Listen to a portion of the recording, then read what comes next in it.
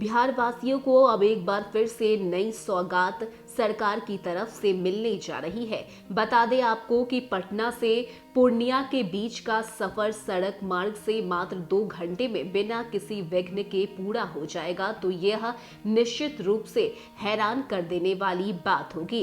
राष्ट्रीय राजमार्ग विकास प्राधिकार से पटना से पूर्णिया के बीच पूरी तरह से ग्रीनफील्ड 215 किलोमीटर के एक्सेस कंट्रोल एक्सप्रेसवे डीपीआर पर काम शुरू कराया जाएगा। बिहार का यह अपना किस्म का पहला एक्सप्रेस कंट्रोल एक्सप्रेसवे होगा जो राज्य के भीतर बनाया जाएगा। यह प्रोजेक्ट भारतमाला फेज 2 के तहत होगा।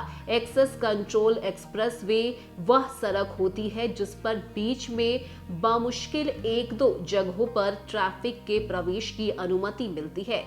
पटना से पूर्णिया के बीच बनने वाला यह एक्सप्रेसवे पटना में कच्ची दरगाह विदुपुर पुल से आरंभ होगी। विदुपुर से यह बेगूसराय की ओर बढ़ेगी। पूर्णिया की ओर बढ़ने के क्रम में यह नवगछिया के रास्ते भागलपुर से भी जुड़ जाएगा।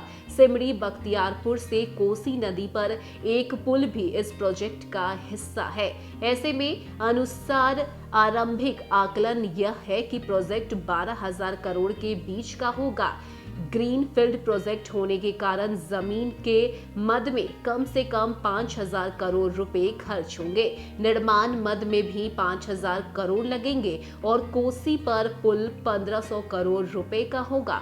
ऐसे में एक्सेस कंट्रोल एक्सप्रेसवे यानी ऐसी सड़क जिस पर कहीं से भी नहीं चढ़ा जा सकता है, बीच में बामुश्किल से 2 जगहों पर ही ट्रैफिक के प्रवेश की अनुमति रहती है। ऐसे में बता दें आपको कि इस एक्सप्रेसवे के बन जाने से 2 घंटे में नए एक्सप्रेसवे से पूरी हो जाएगी पटना से पूर्णिया की सड़क मार्ग की यात्रा।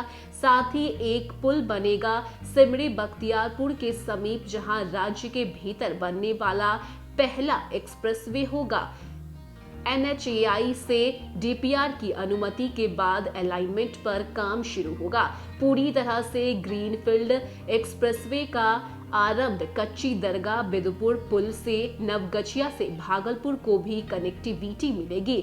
तो बता दें आपको कि एक बार फिर से बिहार वासियों को ये नई सौगात सरकार की तरफ से मिलने जा रही है, जहां पर पटना से पूर्णिया के बीच के सफर को अब मात्र 2 घंटे में बिना किसी विघ्न बाधा के तय कर लिया जाएगा। ऐसे में लोग भी इस प्रोजेक्ट के आने से हैरान है।